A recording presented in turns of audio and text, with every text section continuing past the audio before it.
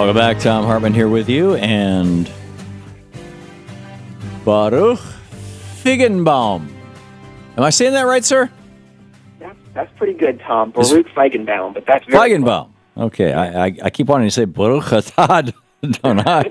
Anyway, Feigenbaum, Transportation Policy Analyst with the Reason Foundation, Reason.org. Of course, one of the Koch brother funded, by and large, organizations, if I have that correct. some funding. Yeah. A lot of other sources. Yeah, but by and large, a libertarian organization, shall we say. Yeah. Great Britain right now is doing this British Crossrail thing, and a fascinating piece on it in today's Financial Times, in fact. And some of the they're turning it into a work of art and architecture and everything else, but they're also doing this radical improvement in transportation. A Japanese company, correct me if I'm wrong, has offered to build a maglev train from Washington, D.C. to Baltimore, which could pull away a lot of business, or some business anyway, from Amtrak, which would not be a good thing for Amtrak. But on the other hand, America would have a flavor, a taste of what the rest of the world has in terms of high-speed rail. The Chinese have built the equivalent of Chicago to New York, 300-mile-an-hour train. They did that in less than 5 years. That was completed about 2.5 years ago. Why is it that the rest of the world is, I've been on the high-speed trains in France and Germany. Why is it that the rest of the world has high-speed transportation, most of it publicly funded, but libertarians and conservatives like yourself are opposed to that unless somebody can make a buck off it? What's wrong with the public infrastructure? And doesn't public infrastructure like this actually encourage business? I mean, look at the Northeast Corridor. That's where the business used to be. Still is. Well, thanks, Tom. Those are actually a lot of good questions. Let me first thank you for having me on and try to take a stab at those. Sure. So, first of all, in terms of the Northeast Corridor, we are actually supportive of looking at high-speed rail. We think that's the one place between Washington and Boston where high-speed rail in the U.S. actually makes sense. And I think it would have been a lot more logical if President Obama had started with that corridor. Well, he did. He tried to fund that early on. That was part of the original stimulus bill. The Republicans stripped it out. Well, we were looking at, it was one of a number of projects, and I think what they were looking at specifically was funding that project first instead of giving grants to a various number of states. But regardless, I do think that's a good project to look at, and I do think maglev is a potential technology to look at, too, as well. Obviously, works well in Japan. Number of politicians on the board, both Democrats and Republicans, looking at that. And so what our position is that these high-speed rail and maglev proposals are extremely expensive. And we do think they should be funded by the private sector, at least in part, or through public-private partnerships. Why? Well, you have other methods of travel on those corridors, such as rail, such as car, such as bus. Intercity megabus now is a real burgeoning industry that are basically funded without taxpayer funding. And we think if those modes... Oh, wait a minute. That's not true. Every single one of those methods that you just described is going over public rights-of-way. They are all funded with taxpayer funding. Right, they're funded by taxpayer funding, but it's a user-pay, user-benefit system. So the folks who are using the corridor, so example, if you're driving on I-95 and you're a motorist using that corridor, you're paying gas taxes in order for the upkeep of that road. Right.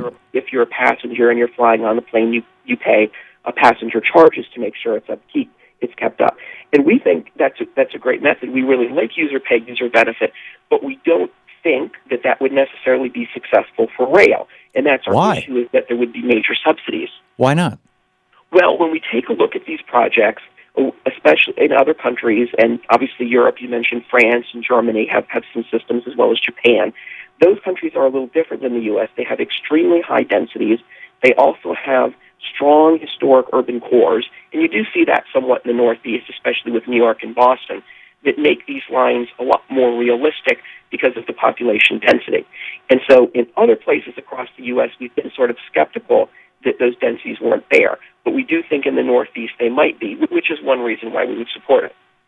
Well, and in the rest of the United States, I mean, we have air travel, and which is going through public airwaves, and we pay our taxes. I mean, obviously, airlines pay landing fees that help support the cost of the airports, but the FAA itself and all that stuff, that's paid out of the general fund. So, we're supporting transportation. What are you suggesting that just putting Amtrak out of business? I mean, because that would be the effect of Amtrak is making money on the Northeast Corridor, and they're using that to subsidize, the Crescent down to Louisiana. They're using that to subsidize I forget what it's called, the train that goes all the way out to Los Angeles. Is that what you're suggesting? Well, we are saying that we think the idea of privatizing the Northeast Corridor, the Amtrak routes, is something to look at. And we do understand that they use some of that money to subsidize other routes. But with the option of automobiles, intercity bus, and train, we're just not convinced that Amtrak is needed on some of these corridors, especially the long-distance ones where they lose a lot of money. Why not have a national infrastructure? I mean, a national transportation infrastructure. Have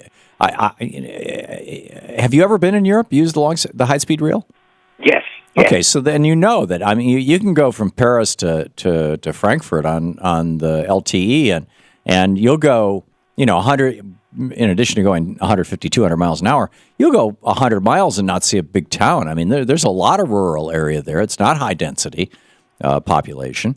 But there's lots and lots of farmland in France and Germany, for that matter. I don't see the population density issues as being hugely different than much of the United States. Arguably the Rocky Mountain states or something. But and what you see is that where there is that good, high quality public transportation, A, it gets used and gets used very heavily, but B, it provides a seedbed for business. And I would think, being a pro business guys, you would think that having the public, I just don't get why not have public services provide that soil in which government can root itself. Why does everybody have to make a buck off everything? Why can't we just have the commons that provides the basis for people to make a buck? Well, I guess in some ways it comes down to philosophy. We tend to think that the free market approach, where you, I guess by necessity, have someone making a dollar. But there's no such thing as a free market. Well, we tend to believe that it's the best option out there, although obviously there are barriers to it. But I would ask, we are not opposed to public-private partnerships where you have the private sector bringing some of their best resources to the table. And I'm talking about entirely public sector. Why not have a nationally run rail system? It's working fine in Japan. It's working fine in Korea. We would point out that the U.S. is different than some of these other countries in terms of the structure, in terms of automobile ownership. The system in Japan was built before automobile ownership was very popular in that country. So was ours. Well, ours was built in the 1860s. But our system was, of course, not at that standard that theirs was. And ours was the system that now is mainly used for freight, not used for passengers. But only because, by and large, it's been privatized. I mean, one of the big problems Amtrak has is that they have to rent private rails. Well, one of the reasons it was privatized was because the freight railroads in the 1960s were going out of business. And so one of the things that the U.S. government did was they decided to take on the burden of the passenger rail service, because unlike some of the other countries, passenger rail service in the U.S., at least since the mid-20th century, was never profitable. And they were worried that these freight rail lines were going to go out of business. So that's not necessarily the case in Europe and some other places. Okay. Baruch, we're going to have to wrap it at that, but thank you for dropping by. Well, I appreciate it. Interesting conversation.